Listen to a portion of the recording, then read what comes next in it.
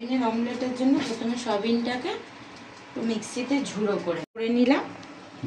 মিক্সিতে দিয়ে এবারে কড়াতে গ্যাস জ্বালি। সয়াবিনের অমলেটের জন্য তেল গরম করে নিয়েছি, ফোড়নে গোটা জিরে দিয়ে দিলাম। এবার যে সয়াবিনটা ঝুড়ো করেছিলাম সেইটা আমি দিয়ে দিচ্ছি।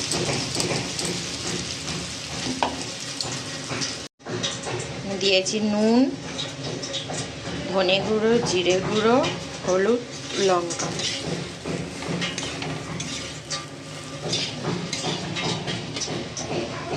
এবারে ওই পুরটাতে একটু আলু সিদ্ধ করে রেখেছিলাম, ওই আলুটাতে দিয়ে দেবো। ম্যাশ করে রেখেছিলাম সিদ্ধ করে, দুটো আলু তে দিয়ে দেবো।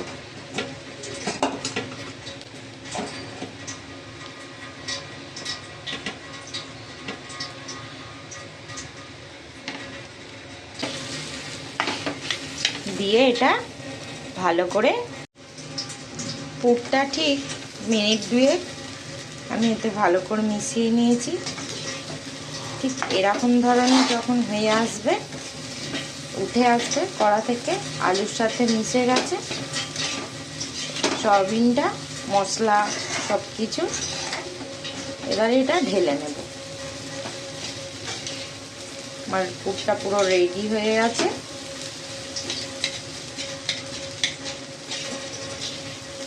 দেখো একদম সুন্দর করে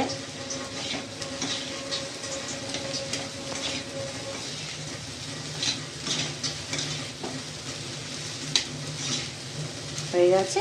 এবার এটা আমি ঢেলে নেব। এ দেখো পুরটা এরকম দিয়েছি। এবার কিরম করছি সেটা, এই একটা আমি পাপড় নিয়েছি গোটা, এখানে এইরকম থালায় একটু জল নিতে হবে। পাপড়টা জাস্ট ভিজিয়েই সাথে সাথে জলটা ঝেড়ে তুলে নিতে হবে, নাহলে কিন্তু কামড়ে ধরবে। এবার এই আরেকটা প্লেটে আমি রাখলাম, যার মাঝখানে এই পুরটা আমি দেব।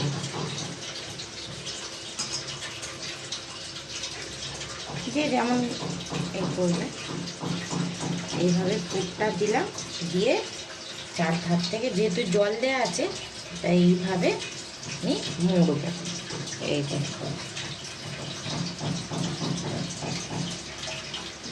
আস্তে আস্তে যেন না পাঁপড়টা মানে ভেঙে যায়, যেহেতু এটা ভাজতে হবে তো।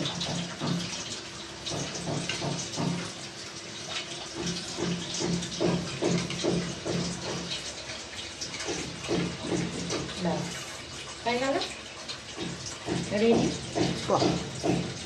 খুব সুন্দর, সাবধানে করতে হবে। এগুলো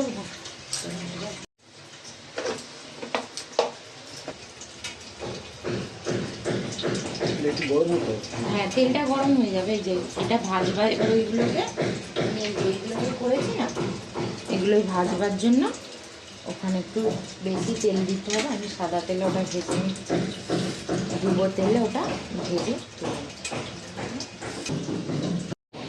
তেলটা আমার গরম হয়ে গেছে, অল্প গরম দেবো, যেরকম সেই সিঙ্গাড়া ভাজার মতো দিয়ে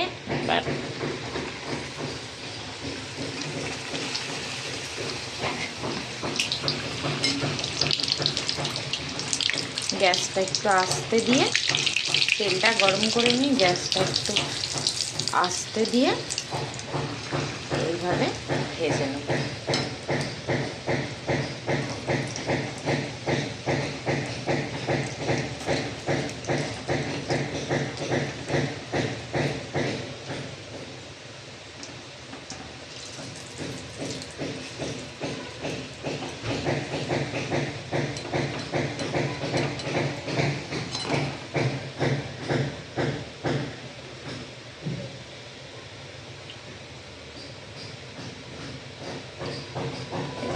আমার ভাজা হয়ে গেছে, এইভাবেই সবগুলোকে ভেজে নেব। আর একটা দেখিয়ে দিচ্ছি,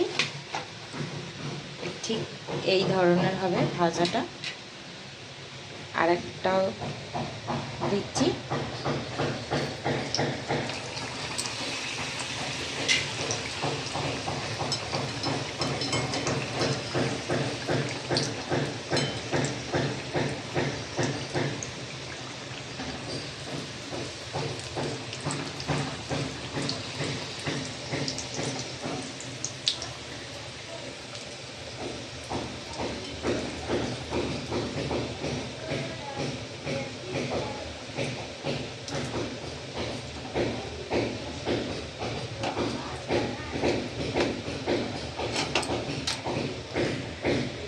এইভাবেই সবগুলোকে আমি ভেজে রেডি করে নেব।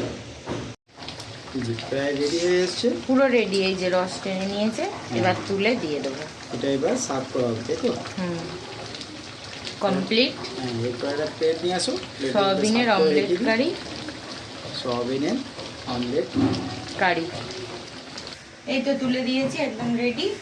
দেখলে মনেই হবে না সয়াবিনের অমলেট, মনে হবে ডিম। পুরো ডিমের অমলেটের মতন লাগছে। কেউ না দেখলে বুঝবে যে পুরো ডিম করেছে। আচ্ছা, কেমন লাগলো এই আমাদের ডিমের অমলেটটা? হ্যাঁ, মিচি মিচি ডিমের অমলেট। কমেন্ট করে এন্ড শেয়ার করে জানিয়ে দিও ভালো লাগলে।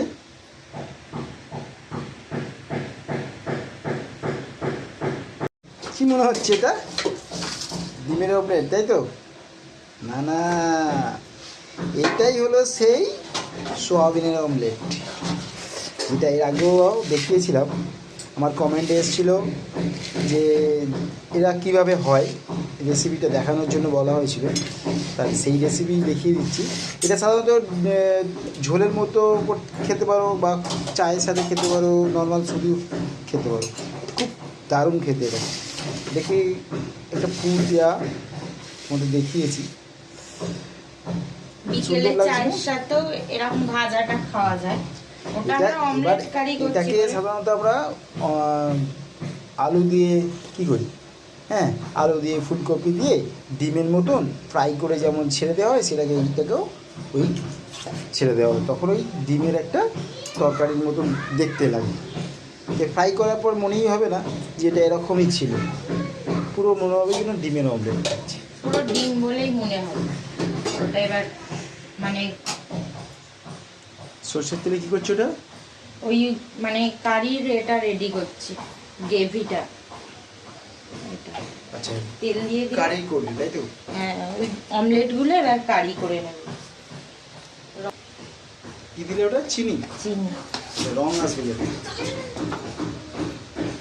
এবার এখানে আমি একটা মশলা পেস্ট করে রেখেছি। টমেটো, আদা, গোটা ধনে, জিরে, মরিচ আর গোটা গরম মশলা। গুঁড়ো গরম মশলাও দিতে পারো, আমি এটা গোটা গরম মশলা দিয়েছি, ভালো টেস্ট হবে ফোড়ন না দিয়ে। এবার এইটা আমি তেলের উপরে দিয়ে দেবো। মশলাটা এরকম তেল ছেড়ে আসলে বাকি মশলাগুলো দিয়ে দেবো। স্বাদ মতো নুন,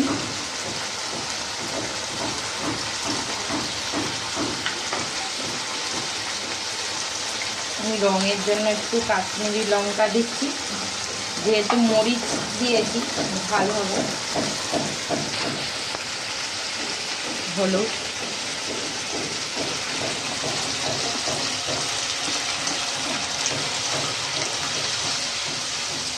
এটা কতক্ষণ থাকবে? হ্যাঁ, এই তো তেল ছেড়ে আসা পর্যন্ত এমনি হয়ে গেছে। এবার একটা একটু মিক্সিটা ধুয়ে একটা জল দেব মশলাটা কষিয়ে নেওয়ার জন্য অল্প।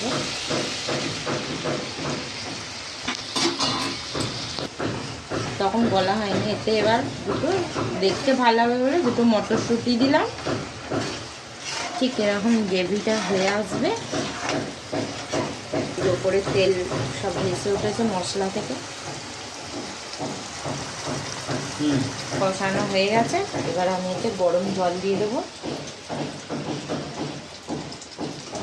যাবে পুরো গেলে। এবার এটা দিয়ে দেবো, কারণ ওটা দিয়ে বেশি ফোটানো যাবে না। এটা একটা একটা করে দিয়ে দিচ্ছি। একটা একটা করে এবার ছেড়ে দেবো এটা।